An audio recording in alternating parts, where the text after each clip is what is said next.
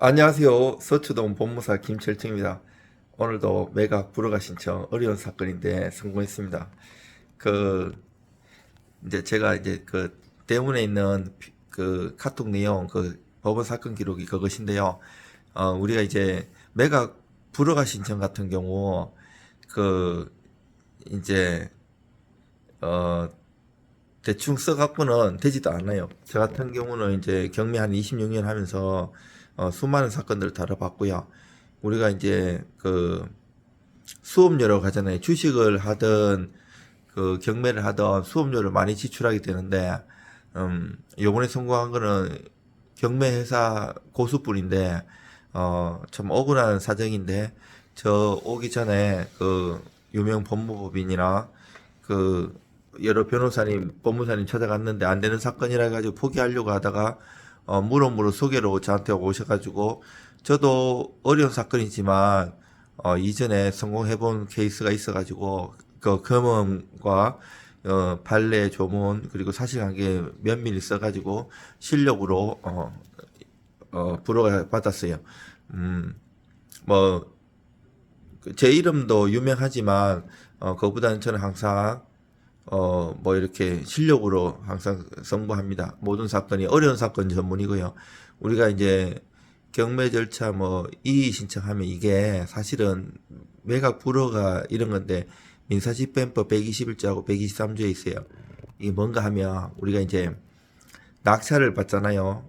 낙찰일에 가가지고 낙찰을 딱 받으면 그 일주일 동안 그 매각 그 불허가 신청할 수 있는 기간을 줘요. 그때 신청할 수 있는 게 매각 불허가 신청이에요. 그리고 그 이제 일주일 딱 되는 날 그 매각 결정 확정이 딱 돼요. 만약에 확정이 불허가 되든 확정이 되든 아니 그 허가가 되든 해요. 그러면 또 일주일 동안 그것이 확정되는 기일이 있어요. 그때 이제 만약에 불허가 안 되고 매각 결정이 나오면 적시 항고를 할 수 있어요. 적시 항고하면 이제 항고 보정 공탁을 해야 되는데 현금 공탁해야 돼요. 근데 그러면 진짜 1년이고 2년이고 갈 수 있기 때문에 그 손해를 다 배상해야 되기 때문에 나중에 내 입찰 보증금하고 항고 보증하고 양배로 다 날릴 수가 있어요. 그리고 그 다음에 이제 또 30일에 대금 지급 기일을 주는데 그때 할 수 있는 게 매각 허가 결정 취소 신청이에요. 이런 시스템인데 사유는 121조, 123조에 많이 있어요. 뭐 여러 가지 있는데 주로 실무에서 쓰는 건 두 개인데 뭔가 하면 매각 물건 명세서에 뭐 비고란이든 매각 물건 명세서에다가 제대로 기재가 안 되는 경우.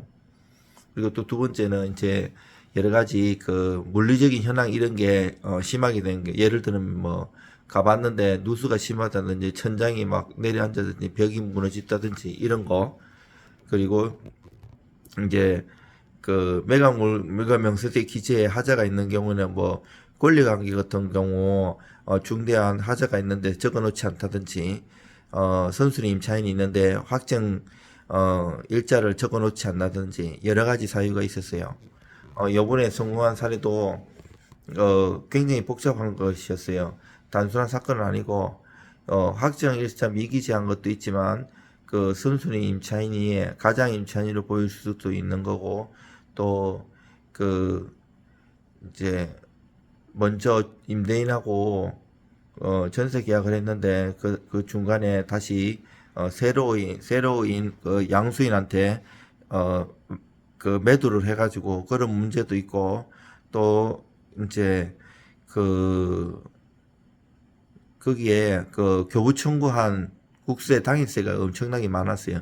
그러면 이런 것도 사실은 그 무효 경매해갖고 이런 게 있으면 치하를 해야 되는데 치하를 요구를 했어야 되는데 또 여러 가지 쟁점이 있어요. 우리가 이제 요즘 그 부동산 전세 사기 많잖아요. 그래가지고 원래 그 세금 같은 거 국세 당해서 이런 거는 경매 낙찰 받아가지고 이제 이해관계인이 돼가지고 열람하기 전까지는 알 수가 없어요. 근데 요즘 입법적으로 다 알게 하자 이런 논의가 있고 이제 실시하려고 하는 거잖아요. 그런 것처럼 실제로 내가 이제 깨끗한 부동산이고 깨끗한 권리라고 하지만 그 숨은 하자가 굉장히 많을 수가 있어요. 특히 강남권이나 이런 데는 사업하시는 분들이 많아가지고 세금 그 사업하면서 연체된 것들이 굉장히 많기 때문에 진짜 경매 조심하셔야 돼요. 잘못하면 진짜 수업료 수억에서 수십억 날릴 수가 있어요. 그리고 이제 매각 허가결정 취소 신청도 이제 또 할 수 있는데 권리관계 변동이나 물리적 현황 같은 거 심한 거. 근데 이제 일본 같은 경우만 해도 이제 판례가 많이 집적이 되어 있는데 우리나라는 아직 판례가 많지가 않아요. 그래서 그 판례 가지고 내 사안을 포섭하려고 하면 그 판사님이 이해시키기 쉽지가 않아요. 그 분들도 법 도사이기 때문에 우리나라 같은 경우는 이제 경매 매각 불허가나 매각 결정 취소 신청됐다고 재판으로 잘 안 가시고 재판 가도 1심에서 거치고 대법원까지 잘 안 갑니다. 한국 사람들이 독한데 일반 소송 같은 경우는 대법원까지 가는데 이상하게 경매 사건 가지고는 오래까지 안 가더라고요. 그거는 이제 각 집안마다 법원마다 특성이 있는데 그 경매 계장님들이 이제 2년인가 3년에 한 번씩 바뀌고 경매뿐 아니라 우리나라는 이제 모든 법원 직원분들이 2년인가 3년에 한 번씩 계속 이렇게 로테이션 하시고 그리고 또 판사님도 그렇고 이제 그 위에 사법보좌관도 물론 다들 훌륭하시긴 하지만 아직 깊이 있게 이제 그 한 전공 분야에 대해서 하시는 분들이 많이 우리나라 시스템 자체가 그렇게 안 돼 있어요. 만약에 한 직원이 한 분야만 계속 판다면 국민들도 좋고 하지만 그분이 이제 나오면 이제 그것만 해야 되니까 그것도 불리한 것도 있고 다들 똑똑하시고 다 잘하십니다. 그렇지만 그 법무사나 변호사는 그분들을 충분히 설득시킬 수 있는 지식과 실력을 갖춰야 됩니다.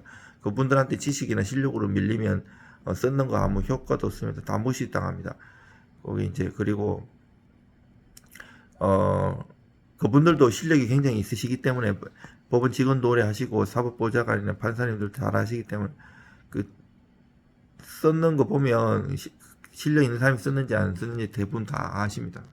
그리고 뭐 우리나라 뭐 밥 사주고 뭐 이런 거 택도 없는 얘기고요. 실력을 안 하면 그 뭐 이렇게 안 됩니다.